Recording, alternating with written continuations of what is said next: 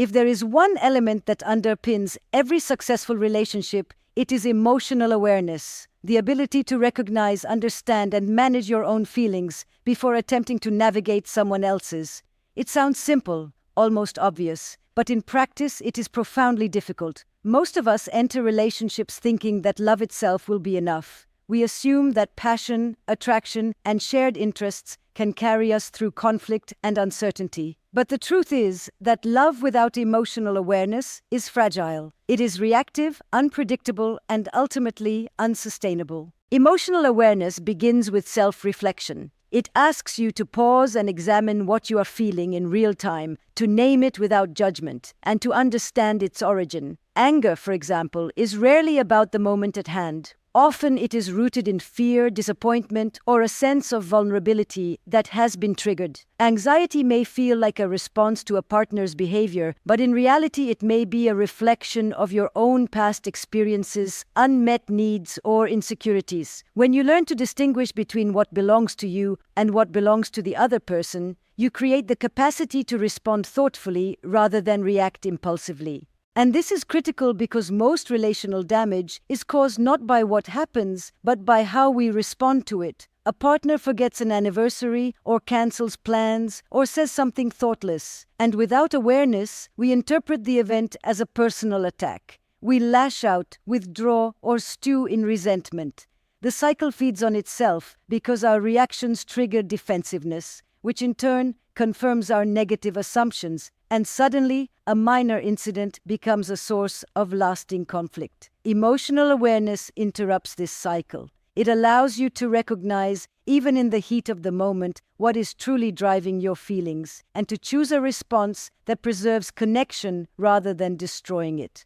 But emotional awareness is not just about managing negative feelings. It is equally about noticing and nurturing positive emotions. Appreciation, desire, and joy are signals that the relationship is alive. When you cultivate mindfulness of these emotions, you become more attuned to the subtle ways your partner expresses love, gratitude, and intimacy. You begin to notice the small gestures that often go unrecognized, the glance that signals care, the tone that conveys affection, the patience that demonstrates commitment. Awareness amplifies connection because it allows you to respond to these positive cues with acknowledgement and reciprocity. Another dimension of emotional awareness is empathy, which is more than simply understanding what your partner feels. Empathy requires the willingness to enter their emotional world without judgment or the need to fix it. It is the capacity to be present with another person's experience, to feel it alongside them without losing yourself. And this is where emotional intelligence and emotional regulation intersect. You can empathize deeply only when you are grounded in your own emotions. If you are constantly reactive, defensive, or overwhelmed, you cannot truly meet your partner's inner world. Developing this kind of awareness is a practice, not a destination. It requires reflection, observation, and sometimes discomfort. It means acknowledging when your patterns are harmful, when you interrupt, when you dismiss, when you avoid difficult emotions. It means recognizing how your childhood, your past relationships, and your habitual responses shape the way you engage in intimacy. And it requires humility, the understanding that mastery is impossible, but conscious effort is always within your control. Importantly, emotional awareness transforms not only your individual experience, but the entire relational dynamic. When you approach interactions with curiosity instead of judgment, with clarity instead of assumption, you shift the energy of the relationship. Conflicts become opportunities for understanding rather than battles to be won. Vulnerabilities become bridges rather than weapons. Trust and intimacy grow because both partners feel seen, acknowledged, and emotionally safe.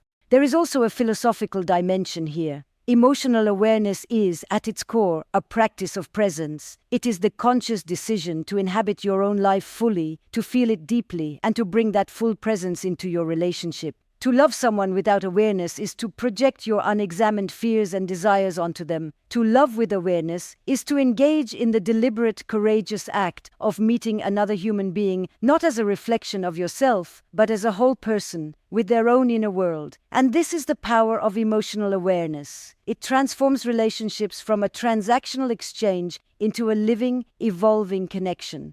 It allows you to navigate the inevitable storms with grace, to appreciate the quiet moments of intimacy, and to create a foundation that is resilient enough to withstand life's uncertainties. So the question you must ask yourself is not whether you love your partner, but whether you are truly aware of your own emotions, aware of theirs, and aware of how your inner world shapes the space you share. Because the partner everyone dreams of is not simply loving. They are conscious, attentive, and courageous enough to meet themselves and their partner in the full complexity of human emotion. And if you commit to this practice, to this continuous reflection and regulation, you will discover that the most profound connections in life are not built on perfect circumstances or constant harmony. They are built on the deliberate, conscious engagement with the emotional realities of yourself and the person you love. Emotional awareness is not optional. It is the essential act that transforms love into a partnership that lasts, deepens, and inspires. If emotional awareness is the foundation of a strong relationship, then trust is the structure that allows it to endure over time. Without trust, even the deepest feelings of love can falter under the weight of doubt, uncertainty, and fear. And yet, trust is often misunderstood. Many people believe it is something absolute, a quality you either have or you do not. In reality, trust is far more subtle, more dynamic, and far more fragile than we usually acknowledge. It is less a static condition and more a living process, built and reinforced moment by moment through consistency, integrity, and care. Trust is created in the small, often overlooked moments of everyday life. It is in showing up when you say you will, keeping promises, both big and small, and following through in ways that demonstrate reliability. A partner who consistently meets these small commitments sends a message far more powerful than grand declarations. I am here, I am dependable. You can count on me. And over time, these small acts accumulate into a sense of emotional safety that is difficult to break. Conversely, inconsistency, even in minor ways, can quietly corrode trust. A missed call, a forgotten commitment, a tone of impatience may seem insignificant in isolation, but repeated over weeks, months, and years, they create patterns of doubt that destabilize connection. It is also crucial to recognize that trust extends beyond factual honesty. It is not only about avoiding lies or infidelity, it is about emotional reliability, the subtle assurance that your partner will respond with care, respect, and consideration, even in difficult moments. Emotional unpredictability, sudden withdrawal, defensiveness, or uncharacteristic irritability can be just as damaging as betrayal. People crave predictability, not because relationships should be robotic, but because they need to feel safe enough to be vulnerable. Trust allows that vulnerability. Without it, intimacy becomes impossible, because one or both partners are constantly guarding against disappointment or harm. But trust is not built in perfection. It is built in repair.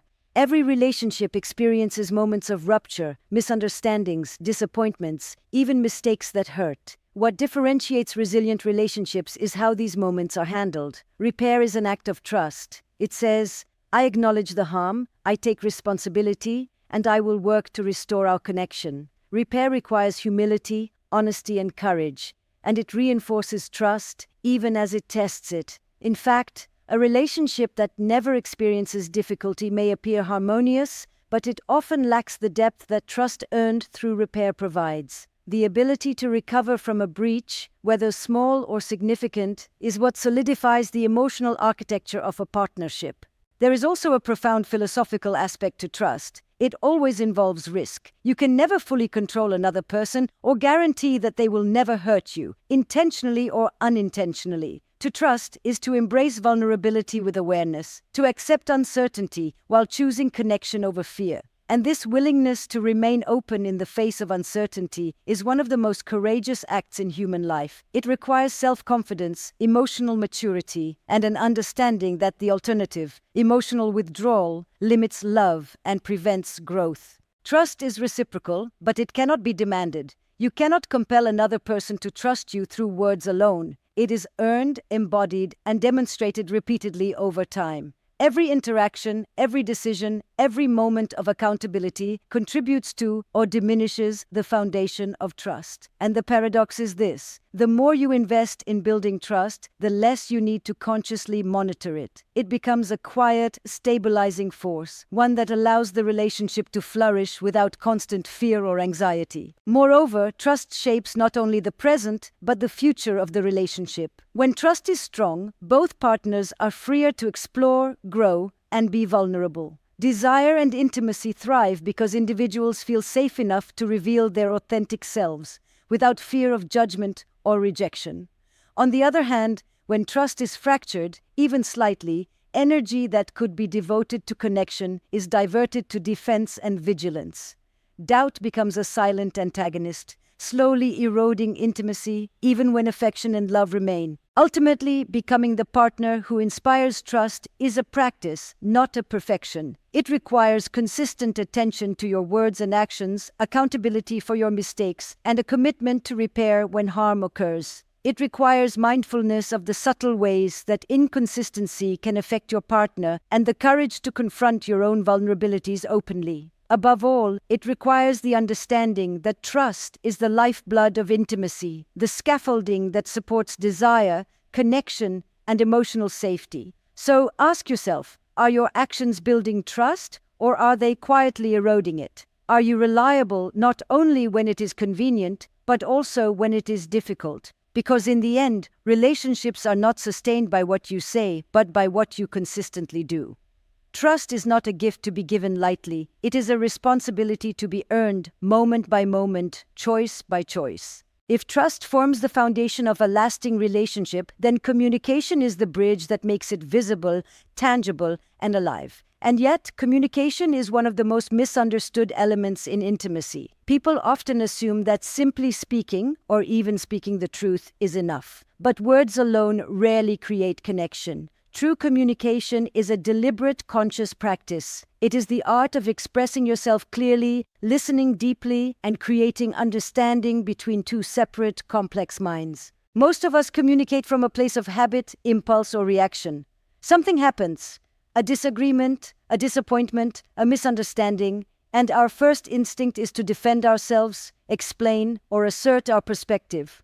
But in these moments, the very desire to be understood can ironically prevent understanding. The more we focus on making our point, the less we are able to truly hear the other person. And the more we react, the more the conversation escalates into conflict rather than connection. Effective communication begins with clarity, but clarity is more than precision in words. It is the ability to articulate your needs, emotions, and boundaries without blame or judgment. Saying, "I feel hurt when plans change at the last minute," is not the same as saying, "You always ruin everything." The former expresses a feeling and invites dialogue. The latter assigns fault and triggers defensiveness. Clarity requires reflection, knowing what you want to communicate, why it matters, and what you hope to achieve, not just in the moment, but for the relationship as a whole. Equally important is the tone and intention behind your words. In relationships, people respond as much to how something is said as to what is said.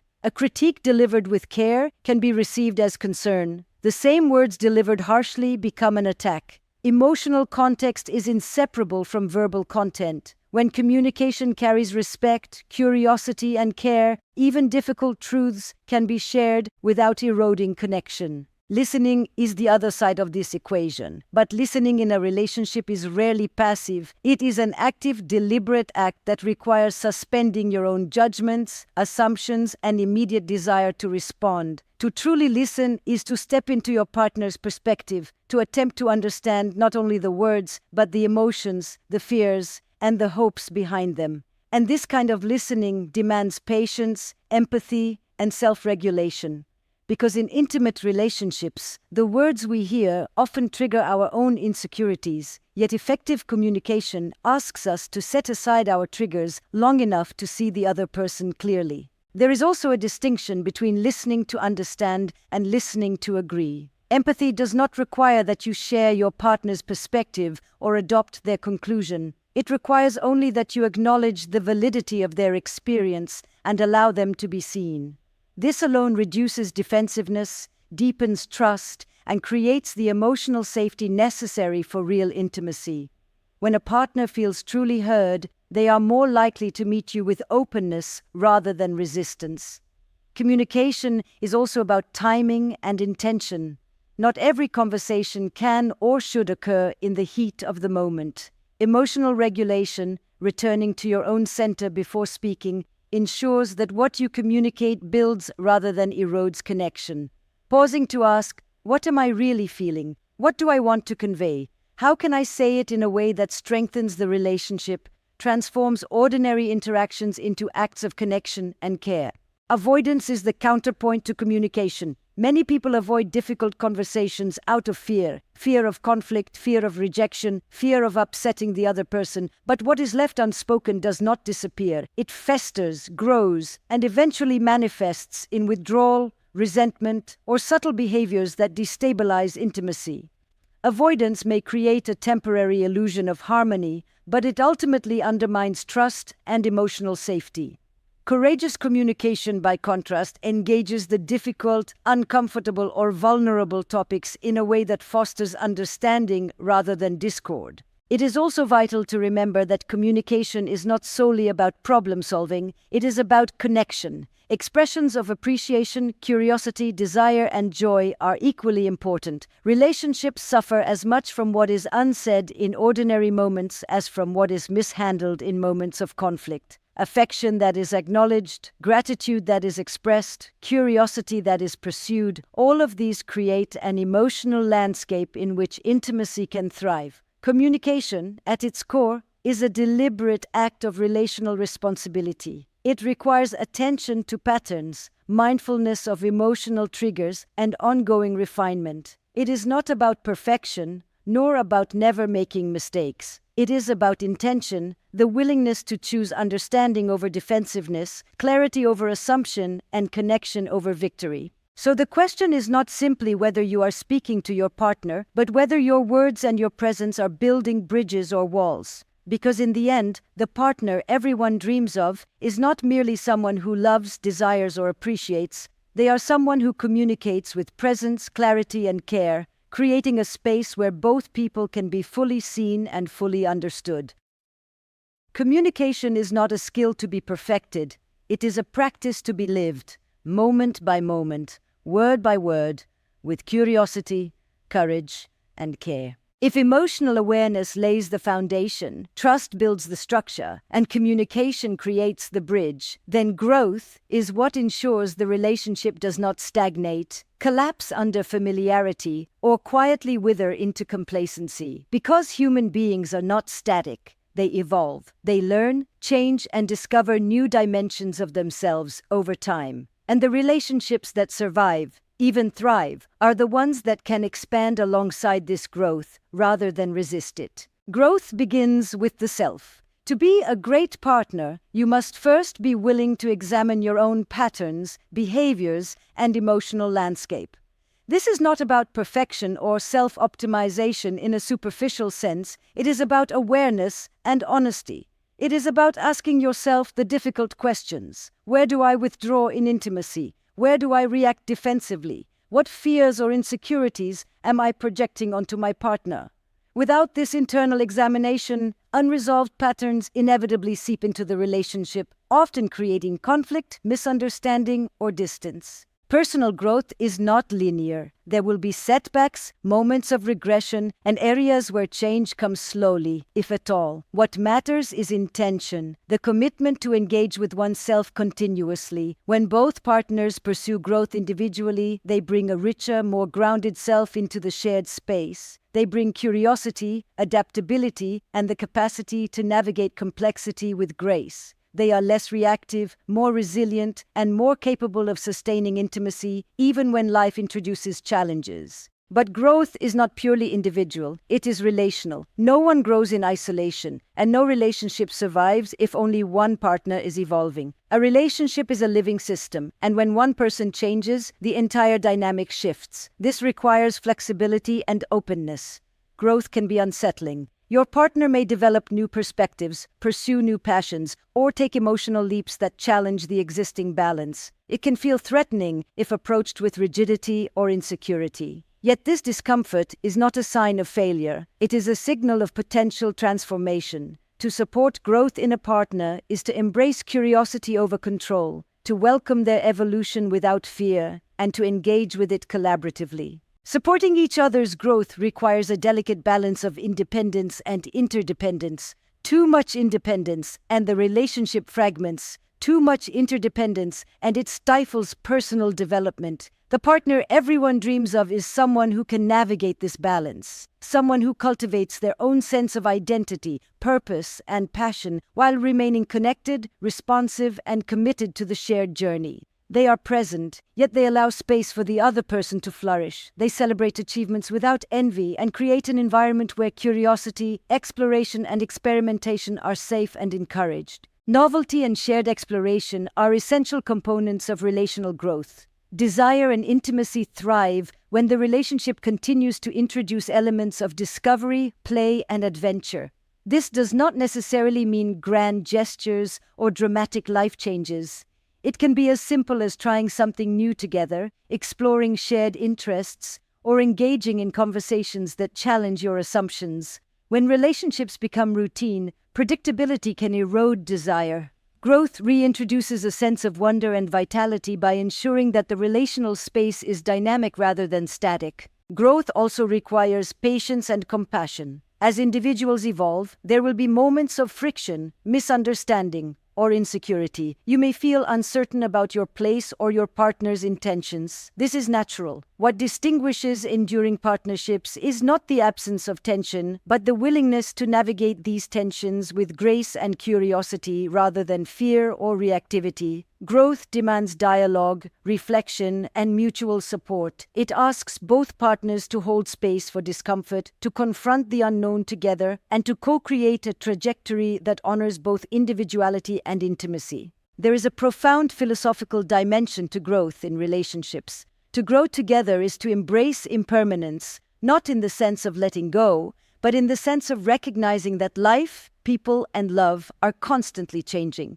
To cling rigidly to who your partner was, or to who you were at the beginning, is to deny the reality of life. To grow together is to participate consciously in a living process, where adaptation, evolution, and curiosity are celebrated rather than feared. It is to understand that love is not a static possession, but a continuous co-creation. Ultimately, growth transforms the relationship from a comfort zone into a shared journey of discovery. It deepens intimacy, strengthens trust, and sustains desire. It allows both partners to remain engaged with each other not as a static ideal, but as evolving, multidimensional human beings. Relationships that embrace growth are resilient, vibrant, and expansive. They are capable of weathering life's uncertainties while continuously creating new meaning and connection. So the question you must ask yourself is not whether you and your partner are comfortable or whether the relationship feels safe, but whether you are willing to grow consciously, individually, and together, and to navigate that growth with curiosity, patience, and courage. Because the partner everyone dreams of is not someone who remains fixed, but someone who evolves and invites you to evolve alongside them. Growth is not optional in love. It is the active, courageous choice to become together more fully alive, more fully present, and more fully human.